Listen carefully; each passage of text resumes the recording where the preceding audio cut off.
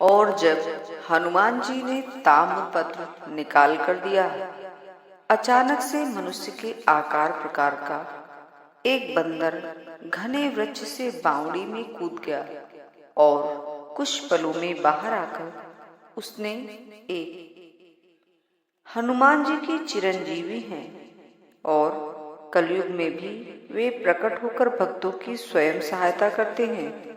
ऐसी सत्य कथाएं पढ़ने सुनने को मिलती रहती हैं। ऐसी ही एक कथा कल्याण के मार्च 1975 के अंक में प्रकाशित हुई थी। सन 1922 की घटना है। उन दिनों मेवाड़ पर महाराणा फतेह सिंह का शासन था। फतेह सिंह के पिता महाराणा सज्जन सिंह ने मेवाड़ का सियारवा गांव ब्राह्मणों को दान में दिया था। इसके अतिरिक्त 1200 रुपए की सहायता मिलती थी। गांव के ऊपर किसी प्रकार का कर नहीं देने की व्यवस्था की गई थी। सन 1922 में महाराणा फतेह सिंह ने ब्राह्मणों को मिलने वाली यह सहायता बंद कर दी और सियारवा गांव से कर लेने का भी आदेश निकाल दिया। ब्राह्मणों ने तत्कालीन एजीजी कालून इलियट के समक्ष आवेदन किया। इलियट ने स्वयं मामले को समझने के लिए महाराणा फतेह सिंह के साथ सियारवा गांव जाने का निश्चय किया। निश्चित तिथि को महाराणा फतेह सिंह और इलियट सियारवा गांव आए तथा उन्होंने एक सुंदर बावड़ी के निकट विशाल वृक्ष के नीचे जन सुनवाई करना आरंभ कर दिया। इलियट ने कहा कि यदि ग्राम दान तथा 1200 रुपए की सहायता देने से संबंध में आप लोगों के पास कोई दान पत्र या ताम्र लेख हो तो उसे इस न्यायालय में प्रस्तुत कर सकते हैं।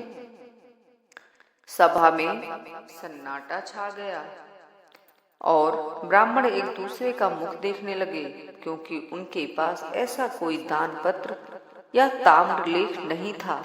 गांव का मुखिया भी निःशब्द था।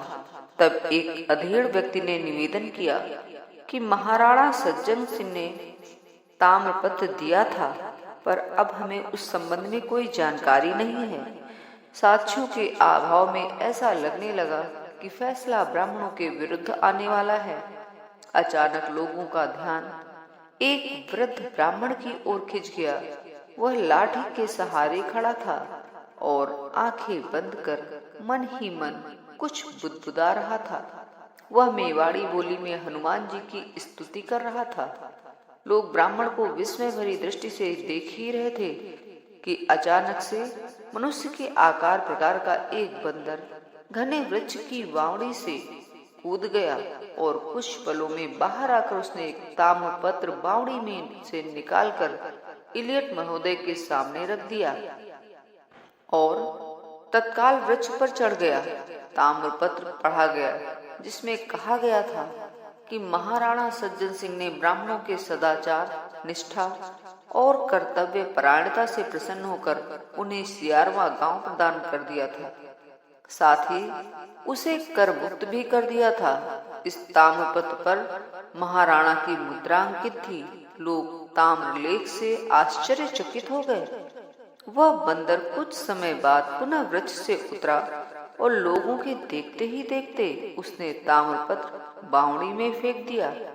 इस पूरी कार्यवाही को देख सुनकर अंत में महाराणा फतेह सिंह बोले, मैं ताम्रपत्र का सम्मान करता हूँ, अपने पूर्वजों की उदारता की हृदय से सराहना करता हूँ।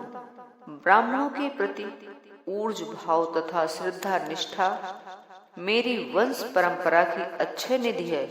सियारवा गांव सदा ब्राह्मणों के अधिकार में रहेगा। यह कर मुक्त होगा।